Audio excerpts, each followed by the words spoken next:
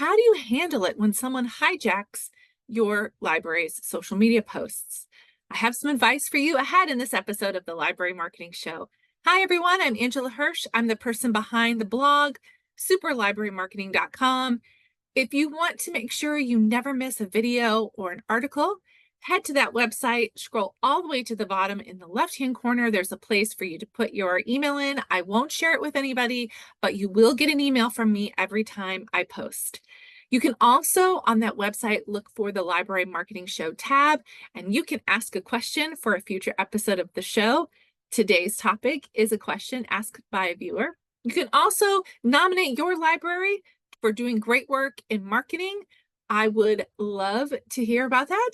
Go ahead and toot your own horn. Contact me there under the Library Marketing Show tab.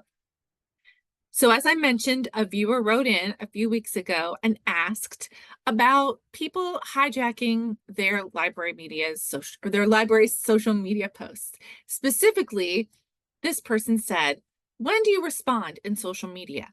We have some individuals who post their opinions on non-related social media posts and in essence hijack the post. What is your recommendation?" That is a really good question, so thank you for writing in.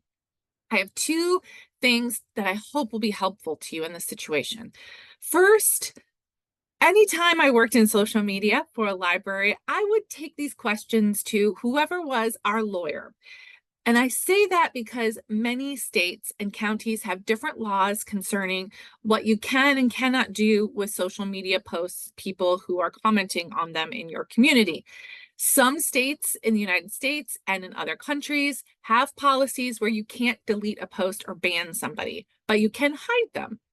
Also, we have to make sure that our lawyers are taking into account the different platforms. So the way that you handle somebody on Facebook is going to be completely different from the way that you would handle them on Twitter and vice versa.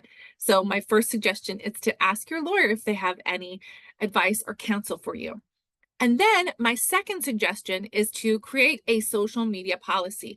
Many libraries have a standards of library behavior for handling how people behave inside the physical branch.